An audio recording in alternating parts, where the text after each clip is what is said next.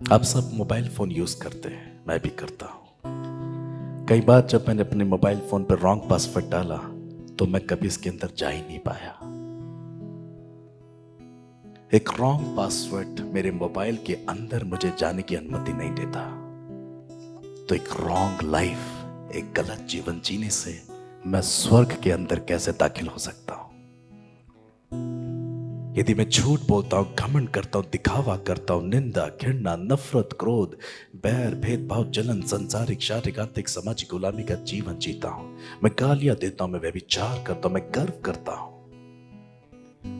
मैं धमकियां देता हूं, मैं लड़ता हूं, झगड़ता हूं, मैं चुगली करता हूं, मैं घर को अलग कर देता हूं, मैं शांति को भंग कर देता हूं, मैं ये कैसे कह सकता हूं कि यीशु मुझ में और मैं यीशु में हूं? यीशु कहता है, हे कुकर्म करने वालों, मैं तुम्हें नहीं जानता, मैं तुम्हें नहीं पहचानता। इसी एक जीवन को जीने के कारण लोग अपने जीवन में सताव से होके जा रहे हैं। लोग अपने जीवन में निराशा को फेस करते हैं। यद्यपि वो अच्छे कार्य पर स्थिर हैं, वो अच्छी कमाई को हासिल करते हैं, but still they have pain. वो सेटिस्फाइड नहीं हो पा रहे, वो खुश नहीं हो पा रहे। व्हाई? यीशु कहता है, अपने आप को जांचो कि वाकई तुम विश्वास में हो कि नहीं। विश्वास यदि कर्म सहित ना हो तो अपने आप पे मरा हुआ है। भजन संहिता 29 अध्याय के 1-2 पद में लिखा है, पवित्रता से शोभायमान होकर यहोवा को दंडवत करो। यदि मेरा दिमाग निर्दोष है नहीं, यदि मेरे हृदय में बुराई है, मैं कैसे परमेश्वर के पास जाऊं? किस मुंह से उसके पास जाऊं? पश्चाताप परमेश्वर के पास जाने का एक अच्छा दरवाजा खोल देता है कि जो जीवन मेरे परमेश्वर को प्रसन्न नहीं करता, मैं उसे त्याग दूं। मैं जीऊं या मरूं सिर्फ यीशु मसीह के लिए। पापों से पश्चाताप करना, पापों की क्षमा मांगना और उस क्षमा को प्राप्त कर लेना दुनिया का सबसे बड़ा वरदान है। जिंदगी का सबसे महान आनंद है जब एक व्यक्ति के पाप क्षमा हो जाते हैं और उसका नाम जीवन की पुस्तक में दर्ज हो जाता है। इससे बड़ा और कोई महान आनंद है नहीं। My brother, my sister,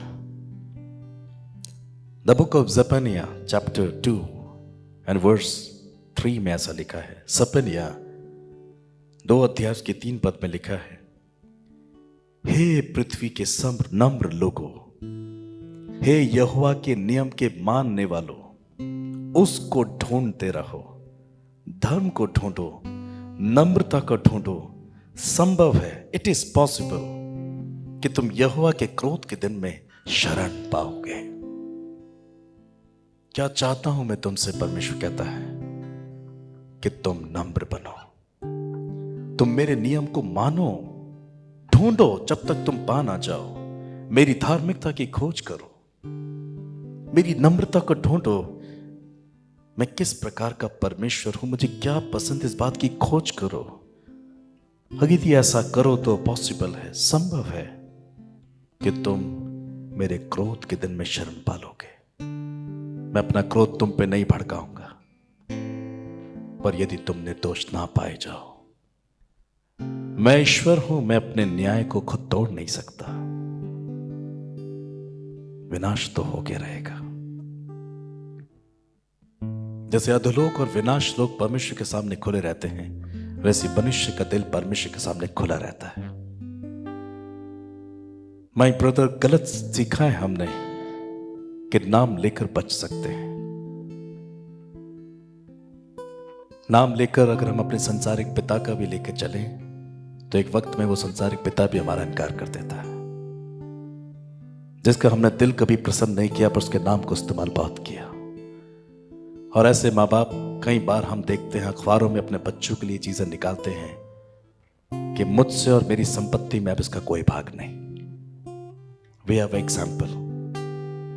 in the same way, यदि नाम से मैं अपने प्रभु के साथ चलता हूं पर मैं उसके दिल को कभी प्रसन्न नहीं कर पाता, न्याय के दिन वो सारी सृष्टि के ऊपर एक आत्मिक अखबार को निकालेगा कि इससे मेरा कुछ लेना देना नहीं है।